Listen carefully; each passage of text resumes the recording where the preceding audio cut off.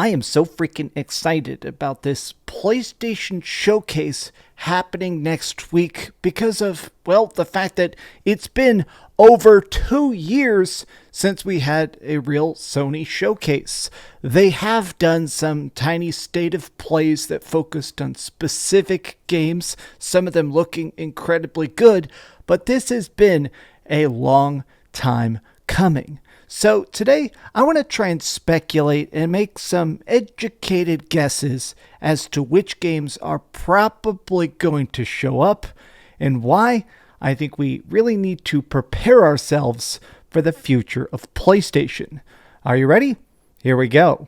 What's up, gamers? DreamcastGuy here. Hi, hope you're having a great day. If you could like this video and subscribe if you haven't already.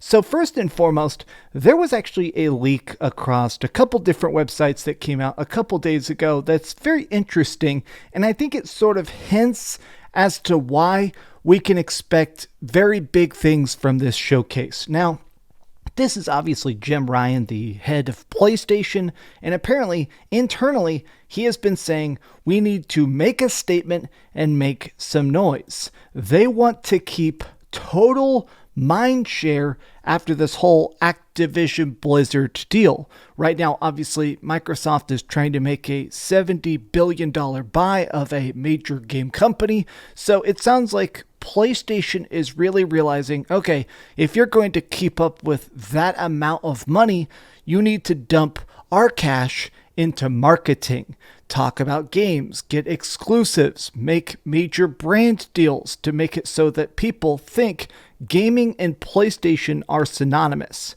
Now, I've already seen people actually kicking around some good wish lists as to what we're hopefully going to see. Things like The Last of Us Factions, Insomniac's Wolverine. Ghost of Tsushima 2 is something I've seen people really kicking around a lot. And of course, Spider-Man 2. So of all the stuff I've seen people pitching, I do believe Spider-Man 2 is actually going to be a major focus of the event itself. There's actually been some leaks that seem to confirm it's coming out in September of this year. Multiple voice actors and people involved with the game itself sort of let it slip that September sometime is when the game is actually coming out. Now, additionally, with the previous Spider-Man game, both with Miles Morales and Spider-Man 2018, we got almost 10-minute long gameplay demos revealed at E3. So I think that of this hour that we're getting next week, I think about 6 to 7 minutes of it is going to be a long gameplay segment, probably showing off everything about Spider-Man 2. Now, I'm personally going to be crossing my fingers and hoping for something truly legendary, like, I don't know, co-op? 2 people playing as the different Spider-Men? That sounds really cool. But going back to wish lists here, I've seen people really kind of talking about things like a new Uncharted game or Grand Theft Auto 6 being a timed exclusive. Now, this sounds insane, and I don't think it's going to happen, but I do actually think there is at least a chance that we're going to get the first gameplay trailer, or at least more than just a logo tease, for Grand Theft Auto 6, because yesterday, late last night, they did their investor call. Take-Two Interactive, the people that actually publish everything done by Rockstar, they said that they're expecting 2025 to be a new fiscal standard for the industry. Now, this is basically corporate speak saying that they're expecting to probably release Grand Theft Auto 6 in holiday 2024. I mean, that sounds like if you're going to be releasing a game that big, let's face it, PlayStation 5 is the biggest console on the planet right now. I think there's a good chance that they're going to try and advertise it during a PlayStation showcase. At least to me, that doesn't seem too ridiculously outlandish. Now, on a lot of people's wish lists, one of the things I've seen that I absolutely do not think is going to show up, that I really wish it was, I'm obsessed with Final Fantasy VII. Final Fantasy VII is still my favorite game of all time, and of course, we had the Final Fantasy VII Remake Part 1. Part 2 is called Rebirth. Now, I made this tweet because a lot of people are kicking around the idea of what if it shows up? What if we actually get a chance to see more of when this game is taking place, how much of this is going to be covered of the original story, how much stuff is new. Well, I said I want to see it, but I just feel like Square Enix wants all eyes on Final Fantasy XVI. FF16 actually comes out here in just a couple weeks, as weird as that is to think about. I think it's 5 weeks away. I just don't think they're going to talk about a different major Final Fantasy right before a mainline entry comes out. If it does show up, I'm going to be super happy to take the L, but as it currently stands, I just personally am a bit thinking no. I mean, even actually, yesterday Sony did this big Sony strategic meeting where they talked to their publishers about the future of PlayStation, and then noticed that on their cue cards here is Final Fantasy 16. I think this is an evidence of two things at once. I think it's evidence of the fact that, well, PlayStation and Square Enix are probably going to be working together on a lot more exclusives in the future. And additionally, I do think this is a sign that they want to treat Final Fantasy 16 as a PlayStation exclusive and make sure they get all the sales possible and be like, hey, this is pretty much a Sony game, even if it's made by Square Enix. Now, the last thing I wanted to talk about is that a lot of people are kicking around some crazy, crazy stuff. Lots of talk about games as a service. Sony is working on quite a few big multiplayer games, some of which have actually had some gameplay leak, including Horizon Zero Dawn is getting a multiplayer game. Now, I've seen the leaked gameplay of it. You can still find it on certain corners of the internet. It plays a lot like Monster Hunter. It's you and a couple other people. You make your own little tribal person, and you go around and basically destroy mega big robots and collect their parts and use it to craft more weapons and armor. I think I'm back and forth. I like Horizon a lot. I like multiplayer a lot. But as soon as you add games as a service to something, it kind of taints my hype. I just feel like a lot of games as a service stuff feels very incomplete.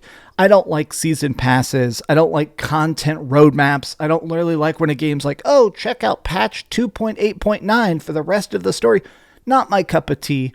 I am still personally excited about the idea of Last of Us factions, just because I do think Last of Us is a big living world, and I believe the developers have hinted that there is going to be actual plot lines in it, where it sounds like there's going to be like quests and side content. Instead of just fighting other people, it is going to be maybe a big city map and have actual content outside of just, hey, go shoot that guy in the face and make a homemade bomb. Now, the final thing I've seen people kicking around a lot is Bloodborne. Bloodborne Remastered, Bloodborne Remake, something along those lines. I think I was initially against the idea of this. I mean, I'm a big fan of Bloodborne, but it's so difficult to believe that it actually exists. It just seems to be too good to be true. Now, the rumor is that maybe some studio, like perhaps Bluepoint, is working on a complete reconstruction of the original Bloodborne, much like what they did with the Demon's Souls remake or what they did with Shadow of the Colossus. If that turns out to be true, I'm going to be extremely happy. I went back and played a bit of the original Bloodborne last year, and I really enjoyed it. I mean, obviously, it's a very good game. The hardest part about that definitely comes down to the fact that the resolution is not particularly crisp, and it is hard locked at 30 frames a second. If the remaster simply updates it visually, I'm not asking for a total rebuild brick by brick. I'm just wanting the game to actually be a bit more playable. And of course, what I think this entire presentation is going to end with that I'm most excited about, I do 100% believe we're going to see the Metal Gear Solid 3 remake. I don't know what it's going to look like. I don't know who's going to be voice acting Snake. Hopefully it's actually the man himself, David Hayter. But if we even see a tease, if we just see some glowing goggles in the dark and it says like, the snake will be eaten, I'll be absolutely thrilled. As it stands, PlayStation is definitely in a very powerful position. they are way ahead in market sales. They have the biggest games, the highest numbers, the most profit. They actually keep setting records for highest dollars earned month by month of any game company. I do think there is a good chance that they start to try and flex that. They start to try and get people on board with exclusivity contracts. Make your game only on PlayStation and we'll advertise it and make sure you get higher sales for it. We'll see if that pays off. We'll see if that comes to fruition. But as it stands, my hype for the PlayStation Showcase is an 11 out of 10. I'm definitely going to be streaming it. I'm definitely going to be ready for it. And hopefully there's a lot of surprises. Indie IPs, weird stuff we haven't heard of, and more than just the typical sequels, reboots, and remakes. Give us something I didn't know I was going to love. Because in a way, I think that's what PlayStation does best. Show me the goodness that I didn't know I wanted. But what guys,